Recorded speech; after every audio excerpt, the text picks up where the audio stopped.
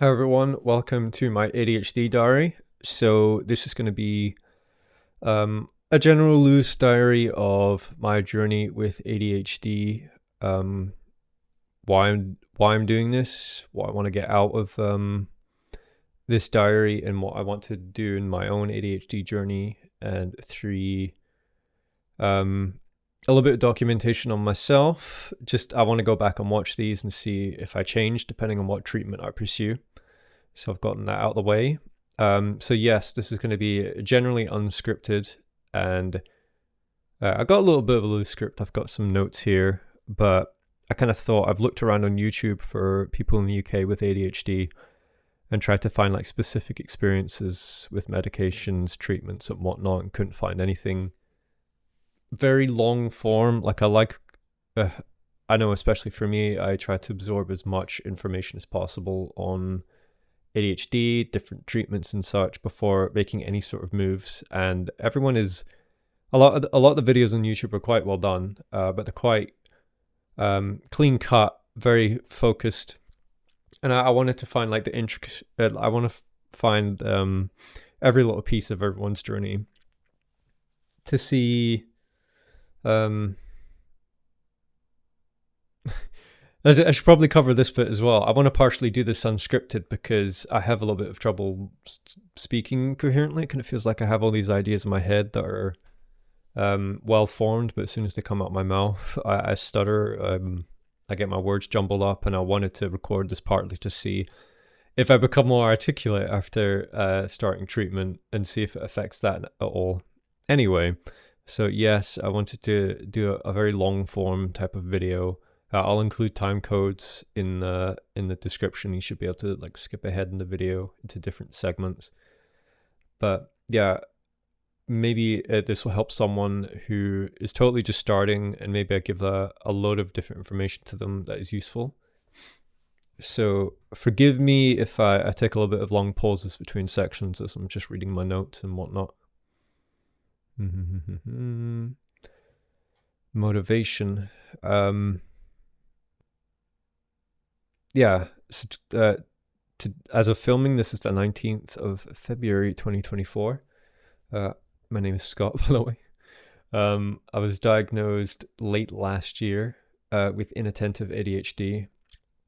The reason I sought out a diagnosis in the first place is that something just felt like wrong. I feel like I'm a freelancer in the media world, and I always just felt like I was pushing a boulder up a hill. Like every single day I was trying to focus, and it was excruciatingly difficult. I have to keep time codes of when I work, and I was working in 5-minute intervals, big break, 5 minutes, big break, 15 minutes, big break, 5 minutes, big break. And it was just felt inhumanly difficult to focus for very long periods of time. Very difficult to get started as well. Massive procrastinator, like my whole life. It takes me a very long time to get the ball rolling, and once the ball is rolling, I cannot stop it at anything. I won't go out, I won't go see people, because I know it would just take me endless amounts of time to get back into the swing of things. And as I work freelance, the work isn't always consistent. So if there's a particularly big break between projects, it's like my brain just goes back to lazy mode, and I can't get the ball rolling again very quickly, and it takes me time. I just about get by without clients noticing. Like I provide invoices at the end of projects, and I'm glad they don't scrutinize them too much, because it's usually like on the first few days it's 4 hours, 6 hours instead of 8 hours.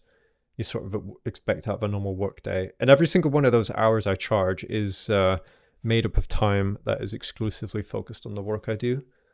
But if I want to do an 8-hour day of work, it can take me 14, 16 hours a day to eke that out. And all that time is a fight. It is, if I try and sit down and work, it's like I'm hit with compulsions to go do something else. Just load up Reddit, just load up YouTube, flick through the phone real quick.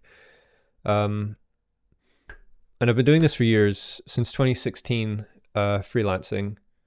And just going by the financials of it, I'm not making as much as I should do, that's for sure. And it's up to me to get my work. I'm not just served my work on a platter like you are in a permanent job. That's a whole other story. I freaking hate working in actual studios and whatnot.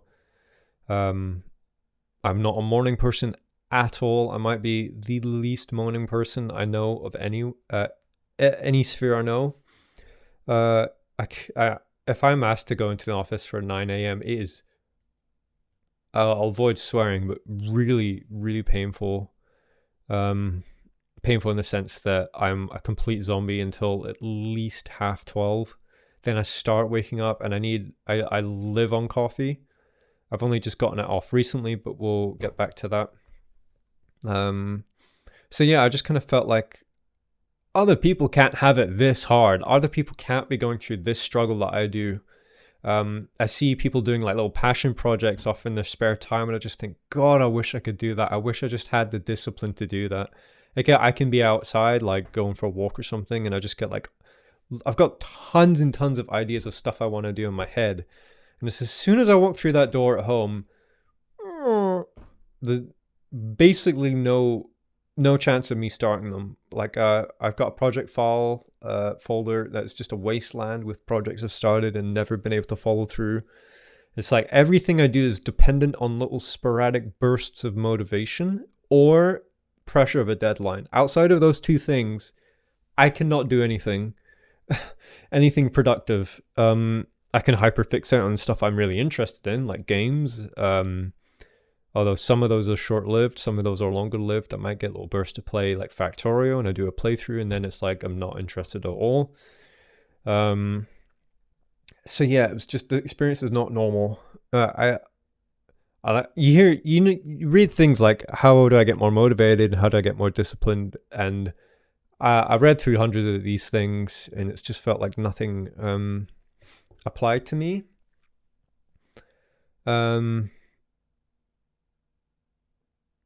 I'm like, yeah, okay, I'll Pomerado timer. I don't know how you pronounce it. If you're gonna watch my videos, you have to get used to me not pronouncing stuff correctly.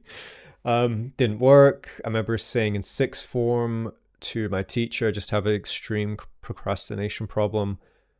And he was like kind of taken aback because I got quite good grades throughout school. But I'm convinced the only reason I did that is because of the pressure of deadlines. And I'm a big people pleaser, so I don't want to let people down.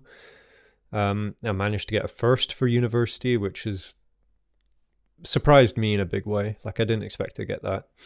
I think a lot of people with ADHD flunk school. It seems to be an extreme. Like, you don't get somewhere in the middle. It's either really bad or really good. Some people say inattentive ADHD people, which is what I am, have coping mechanisms. Not like I can't really imagine any. I just remember everything I did was just scraped straight up to the death. I'm gesturing with my hands, but like the frame only goes up to here. Can I get more action going on here? No, I'm just gonna screw everything up mid-recording. Where was I?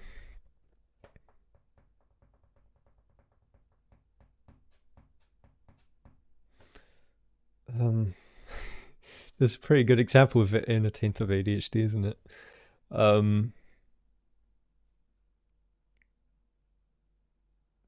Yeah, it's struggling in school. Everything was up to the deadline. I procrastinated on starting anything. I couldn't just start stuff. I get jealous of all the sort of smart kids that have like stacks of books by their bed that they're just able to read. That's another thing. I find it really difficult to read books. We'll get back to that later. Anyway, long story short, since getting out of school, there's no structure in life, right? There's no structure outside of university unless you're in a permanent job. And I figured very quickly, I love the flexibility a freelance lifestyle gives you. I love working at home. I hate working in an office. I just kind of thought, I'm going to make this lifestyle work no matter what. And it was such a slog to start getting the ball rolling with clients and whatnot. And I went through a big phase of depression in 2017. That was a big setback where I did literally no work. And then in the years after, I just kind of feel like I have so much potential. Like I really wanted to be like a famous YouTuber. It's taken me a week to do this one video. And even to bargain with myself to get myself to do this video, I have to convince myself that I'm not going to do much editing. I'm not going to start and stop and read like a script like I do in my other channel, Scotty'sADHD. I just needed to force myself to do something to be able to record this video. So now the ball is rolling. I'm not going to stop. What's the point I was just making?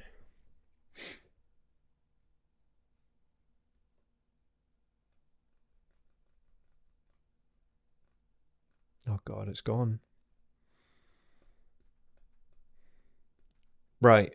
Okay. So I could be way more successful in design, my freelance work. I don't feel like I'm that good of a designer, but I kind of feel like I could compensate with that in the business side if I wanted to. Like I kind of like that. I love the idea of like exponential growth, and there's just so many ways to do that. So many ways to do that with freelance. Right. And I just felt like something is wrong. Other people just seem to have it way easier than me. I'm such a huge imposter. And a couple of years ago, I was in a relationship with someone who has ADHD.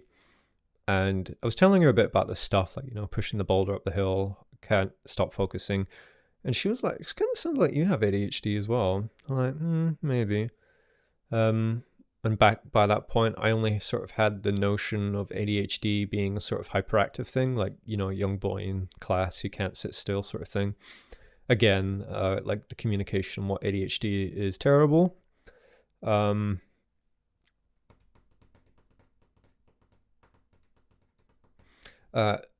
it kind of got me thinking a little bit when she said that we broke up. That's another thing. When I go through breakups, it's absolutely devastating. Like it really rocks my world. It makes me really sad. There was a 4-month relationship, and I grieved it for well over a year. It's kind of like hyper fixating on someone, especially in the start of relationships. Like I'm like really obsessive about how long it takes for them to get back to me. Making sure I made the right impression in person. Acting a certain way to not like let out a little bit of a goofy side of me. I think it's called masking when we get into the nitty gritty of that. And I started to sounds a bit dumb, and I don't want you to get the wrong impression here, but I started to develop my idea of what ADHD was after finding memes of it, and it was like, that's exactly like me. And I found the ADHD subreddits on Reddit, and it was kind of like, oh my God, this is like really similar to me. This is really similar to me. What the heck? And then I'd learned about the distinction between inattentive and hyperactive. And I just kind of thought, I don't actually fully remember the process of deciding why to go get tested, but I eventually did. Looked up in the NHS, and there's something called Right to Choose, where they will refer you to a private clinic for free, and they'll do the diagnosis. So I thought I'll do that. I looked all around the country, and I just tried everyone. I didn't care about proximity, and I found someone. I'm not going to reveal the names of the clinics, just for personal reasons, but one of them would test me really soon. So I did that diagnosis process with someone on video call. Took a couple of calls. But this guy was like convinced straight away, oh, this is a clear-cut case of inattentive ADHD. Like beyond reasonable doubt. And I was like, oh my God. I got off the call, and it was like a wave of validation just swept over me. It was like, it explained everything, like everything I've been through school, everything I've been through with work, my day-to-day. Little quirky stuff like forgetting things. I don't know if like most people get this, but you might think of an idea and you kind of recognize it's the kind of thought that if you don't record in some sort of way, repeat out loud, it will dissipate immediately. and it'll sort of like sit in the back of your mind and you can't quite remember what it is, and you might have to dive really hard. I find that really frustrating. Just little things like that, which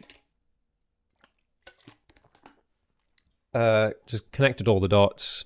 And it was like, right, finally, now I know why it's so flippin' difficult to push this boulder. It's not just because I'm lazy or whatever, I'm just not motivated, or I'm lacking stupid little techniques or whatnot. My brain is literally disabled. My brain doesn't work in the way that other people's do. And that was like, oh my God, finally some answers. I didn't even realize it was this scale of a problem. Okay, right. So I got that in October-ish, and my other part of my ADHD, I don't know if it's ADHD or just personality quirk, but I hyper vigilant of like health stuff. I'm very like I'm hypochondriac basically. Haven't been diagnosed, but I basically am. Everyone who knows me just kind of knows I go into this spiral every so often about health stuff, and yeah, like little percentage odds of things happening freak me out. Was basically gave me OCD with washing my hands. It'd be red, raw, and hurting at some certain points. Oh no, I wasn't supposed to mention that word. I'm gonna have to bleep that out now. I don't want this video to be demonetized. I forgot you can't say that on YouTube. What time code is this? Let me just make a note.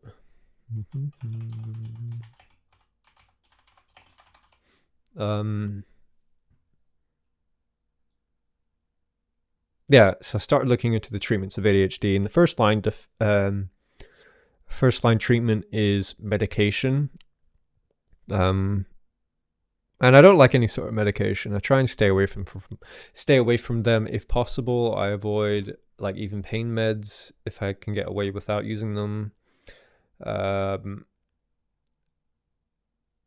And I think this is what paralyzed me for a couple of months, and doing anything about this is that a lot of ADHD meds have long lists of potential side effects. And let me this is a big part of my journey, so I have to say it and apologize if this triggers anyone. But on the bottom of the ADHD stimulant medications, it lists side effects might include strokes or sudden death. And I remember reading that, and my stomach just dropped really hard. A burst of adrenaline along me, and I thought, right, no, I'm not going to do those. Those are out of the picture immediately. I can't take that risk. Obviously, it's a false economy if I want to improve my work life and end up disabled or dead. And then I made a Google spreadsheet and tried to find every single medication that I could. And I wrote down every side effect and the likelihoods, or at least the perceived likelihoods according to these websites. And there was one medication, let's just make sure I'm not skipping ahead too far.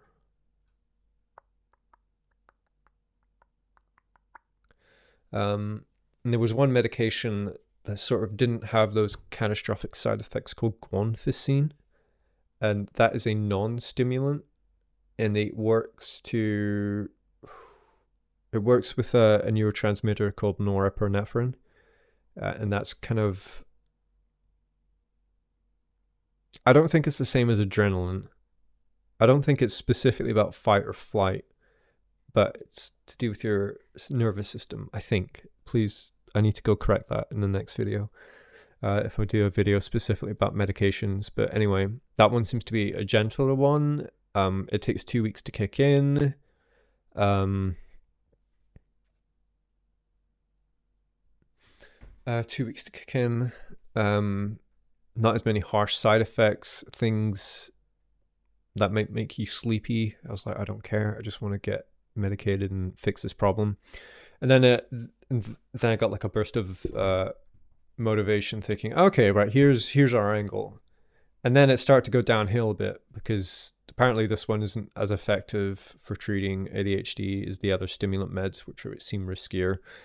So I kind of got in this paralysis of analysis, which is very common for me. For a few months, I didn't really do anything. And just to give you some context, while all this is happening, after getting diagnosed with ADHD, I kind of have to say, like, everything is just sort of ground to a halt. All my work is ground to a halt. I'm not that productive anymore. It's just kind of like, if I've been pushing the boulder up the hill with 100% of my effort all the time, I've kind of told myself almost every single day of my life that it's all right. Like, tomorrow I'm gonna get sorted. It's gonna get better. I'm gonna be able to focus and do that, this, and that. Maybe maybe it's a little bit ambitious. Maybe I'll just do that tomorrow. Maybe that one productive thing tomorrow would be good. It'd be good. But tomorrow comes and it doesn't happen. That's just been the story for the past at least decade. It's just depressing when you really sit and think about it. Like, I even remember thinking, like, late teens. It's kind of like, oh, I'll get like my act together, like, you know, when I'm a sort of young adult and I need to start making more money, you know, have things to do.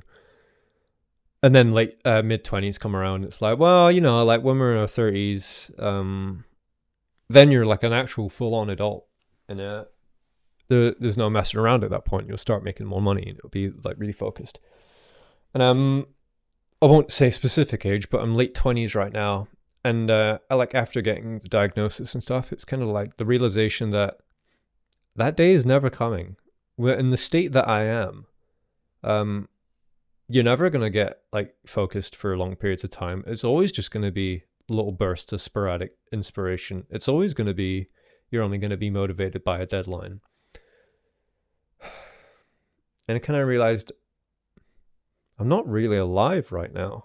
Like, my life is just sort of flashing me by and I'm missing all my opportunities. Like, if I didn't have this issue, I'm convinced to be like a famous YouTuber by now, or I'd have a lot more disposable income, or I'd accomplished all these goals. It's kind of like, well, I have to do something. My motivation to do anything has just sort of dropped off a cliff, because what's the point? I'm a bit privileged, so I've got a bit of savings behind me, so it's kind of like I can coast for a while, and all of this has just sort of resulted in this paralysis that gives me like a major imposter syndrome. It's kind of like, well, now you're disabled and lazy, right? It's not just one thing anymore, and it's just all sort of ground to a halt. My life has just sort of stopped. And I have to do something. I have to put something on the line. I have to risk something. And that has accumulated to. I got back on the diagnostic clinical train and thought, right, we're gonna choose one of the meds. We're just gonna go for it. I'm gonna go for the guanfacine. Let's just get the ball rolling, because God, I can't stay here any longer, or else, I don't know, I'm just going to waste even more time. I'm in the prime of my life right now. I want to do something with it, you know? So I bit the bullet. One of the clinics, the clinic I've been diagnosed with, I looked up how much does it cost to get actual treatment on you. And this is after listening to dozens and dozens and dozens of hours of podcasts on ADHD and reading up about it and whatnot. And I knew the first line treatment, and by far and away the most effective, is medication. So I thought, let's just do it. So I looked at the pricing for the place I was with, and it was very convoluted, confusing. It seems like if you need to add any sort of extra appointments, it's going to cost you tons. Medication is going to cost a lot. You have to subscribe. There's a gold package. It's, too confusing. So I found another one that seemed to, I forgot. I messaged all the clinics in the UK and said, do you do this medication? And the only one, I went for the only one that gave me like a useful response. And they said they do. So I thought, okay, cool. Transferred my care to them. That was a cost at $8. I kind of thought, well, any cost I'm paying now is just there's a massive opportunity cost to doing nothing now, because the longer we wait being untreated for ADHD, the more money we're losing. So it doesn't matter. I'll spend anything at this point to get treated. I go for this clinic, have a transfer of care treatment appointment, and I meet this guy over webcam, and he's cool. Like, he doesn't really seem to be talking exactly about my struggles or whatnot. He seems to be going through like a sort of classic, he's describing back to me a sort of classic ADHD person's journey. And I'm kind of, bobbing along with this and agreeing to it. And I kind of think, well, I have to say something. Like, he's asking me a couple of questions about me, but this seems slightly pre-rehearsed. I don't know. Anyway, I cut to the chase and say, what's treatment for this look like? And he's like, well, medication. And I noticed in your email that you'd said you wanted to try guanfacine, but the issue with that is that it's not licensed for use in the UK for adults. So any sort of use for it has to be off license, and it reflects very badly on our clinic if we use this off license as a first line treatment on someone with ADHD when there are these things that are very proven to work much better. And now, oh my God, my stomach sank because I thought, I'm back to the paralysis of analysis. And he said, and I explained all like my concerns with the side effects and stuff. And he said, okay, we can put. He said he really wanted to try and start me on Elvanse, which is a stimulant drug. And I was like, oh God. I thought, okay, yeah, I'll go away and think about it, and fully intending to just drop them and maybe go for someone else that had guanfacine. But I realized that no one would do it. There's no way to get this. Probably if I hunted around on the black market, I might be able to find something, but I have a friend I'm talking to with this whole ADHD journey, and she sort of talks some sense into me. It's kind of like, really? So I thought, okay. So I did another deep dive into the subject and looked at Elvanse, and it actually seems to be like the most advanced ADHD drug out there. It's the way it releases is very interesting and novel. It's sort of like the compound is wrapped. I'm probably getting chemical terms mixed around, but anyway, the compound is wrapped in this sort of film or material that only breaks down in the intestines. So it's like designed not to be abused. It's designed to be long releasing compared to slightly more mechanical way other tablets work that are long releasing anyway. And as far as I gathered, there's the way it works in 3 ways versus 2 ways that I'm not going to try and remember off memory right now compared to other drugs. So I thought, okay, I'll go for that. I'll try and get my head around the side effects. And then there's this guy on YouTube called Russell Barkley who does talks about all things ADHD. And I looked up his videos, and he put out a video fairly recently called like cardiovascular risks. Okay, I'm gonna watch this. Okay, build myself up to it. And basically he did the analysis on this meta-analysis of. No, there was a study that came out that talked about the risks from stroke, heart attack, and sudden death. We'll call that cardiovascular risks. And he used another meta-analysis on this study and came up with a bunch of reasons that seemed to make sense of why the risks weren't that big. And ultimately, the meta-analysis was providing insights into how likely this stuff is if you're taking the medicine. And what it boiled down to is it's not significantly or clinically different from the base rate on the base population. People who don't have ADHD and aren't taking ADHD drugs. Or maybe it is people with ADHD that are not taking the drugs. I don't remember. That's kind of an important one to remember, right? But anyway, the point was if you take the stimulant drugs, it's not going to raise your risk in any noticeable way versus others who don't take the stimulant drugs. And he gave some numbers and stuff, and I ran the numbers through like a couple of math equations. I did some math on the statistics, and I boiled it down to, okay, the stroke, the chance of sudden death happening from a stimulant drug using it for 1 year is 0.03. So that's a full year of using that drug has that likelihood of happening, which is basically nothing. Like, everyone will want to tell you is nothing, but it is like slightly higher than nothing. I kind of thought the number stuck out in my head, 0.03%. Okay. I've done a lot of stuff I've worried about that are way higher riskhood of that I'm not going to get into. Like, I've rolled the dice and like stuff that's 95% that I've been very stressed about. I'll see if you can figure out what that is. And stroke was 0.05% per year using the drugs, which again is not statistically significant compared to, or really different compared to the base rate of the population. So it's like, okay. So there basically is no risk. And I've kind of done like a few things in the background to reduce my risk anyway. I've lost, last year I lost 18 kilograms, I think, 3 stone. That wasn't related to ADHD or anything. I just kind of did that out because I wanted to. That was another thing. I just sort of hyperfixated on wanting to lose weight, and I kind of view it as a calorie in, calorie out thing. So I just sort of obsessed about counting the calories of everything I ate and chose to only eat 1,100 calories, more or less.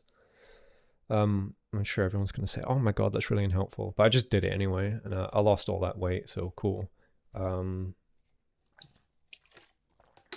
So I lost the weight. I do a ton more exercise now. I play Pokemon Go all the time. That's my current fixation I've been doing for over a year. So I do a lot of walking every day, compared to the average person. So I guess you could say I'm very active exercise wise. So lower side BMI, more exercise, and then in the past week or so, past 2 weeks, I have reduced my coffee use to 0. So I tried going cold turkey, and I got like a pounding headache for 2 days straight. So I cooled it off, and then I just tapered it off. I just used a little bit less coffee every single day, and I eventually get headaches, and they were like not strong enough to not be able to fight through. And in the past few days, I've been having none. So that's three things I've done to reduce cardiovascular risk. I could improve my diet a little bit more, that's for sure.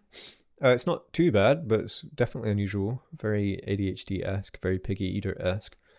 But it's not abhorrent. I'm not taking energy drinks. I'm not having loads of soda or sugary drinks.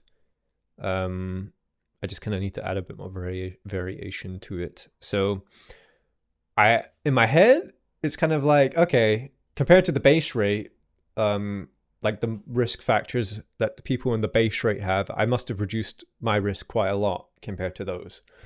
So it's kind of like, okay, cool, right. I can sort of reconcile that tiny percentage chance plus what I've done to reduce the risk. Okay, I think I'm ready to try stimulant medication. Come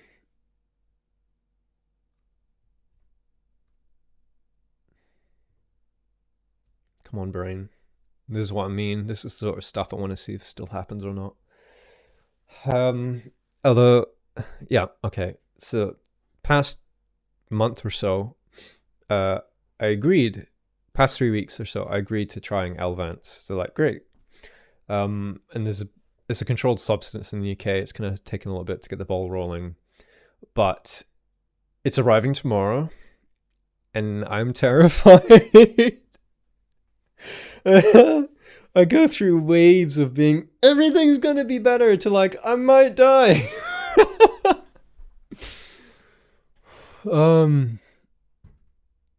So I got like the notification today that it's gonna be in the mail for tomorrow by midday, and it's like, oh God, it's really gonna happen. And I've never taken a prescription anything. I've never taken a medication anything. I'm like generally pretty healthy. So it's been a a big mind F, but I reckon I'm going to be able to take it tomorrow.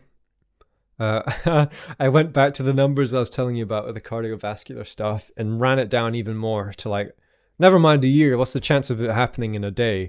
And it was something like 0.000005. And I was like, okay, I can try at least once. I have to know at least what it's like. I know everyone's experience taking ADHD medication is different. For some people, they don't notice anything. Other people, it's just bad side effects, like the more tame side effects.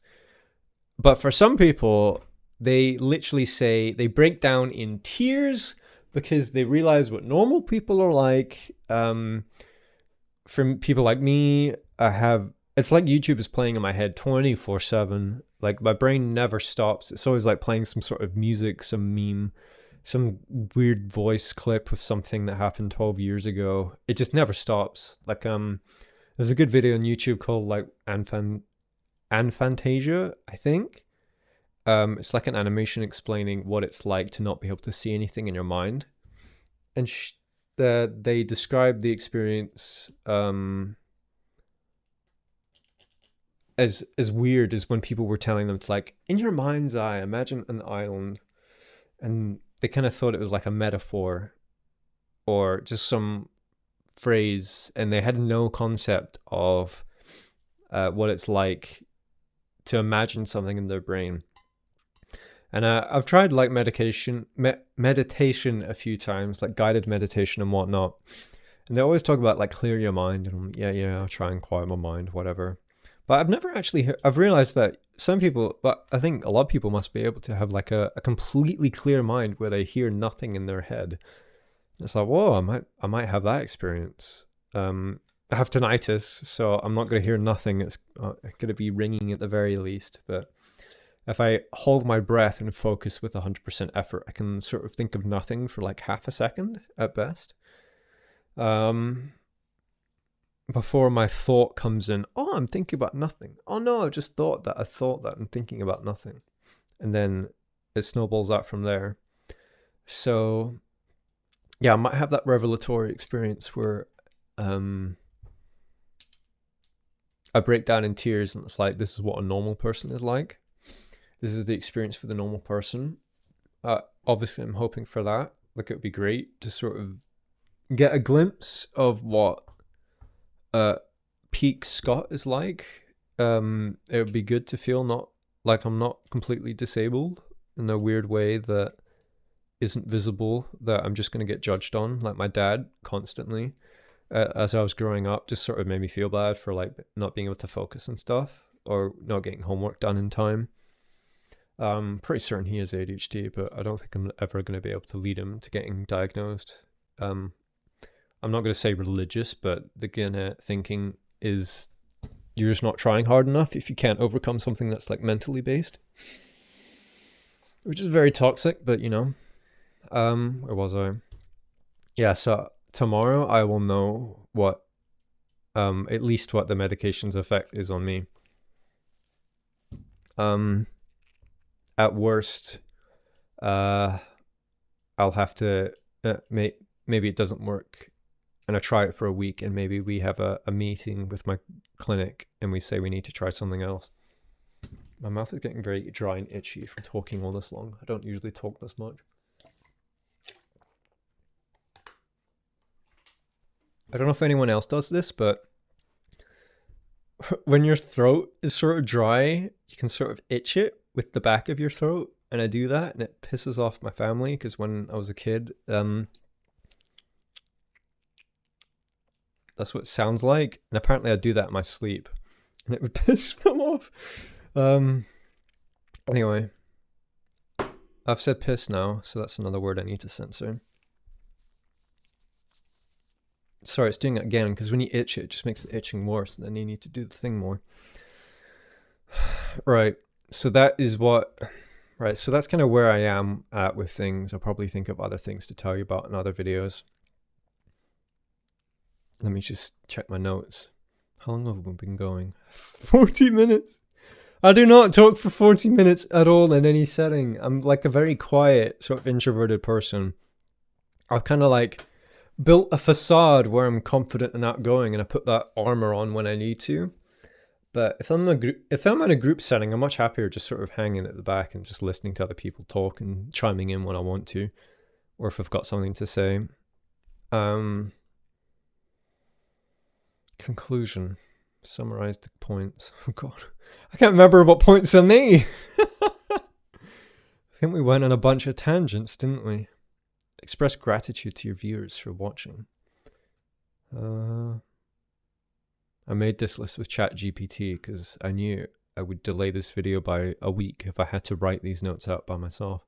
ChatGPT is a godsend. I can't tell you enough about how useful AI is for people like me.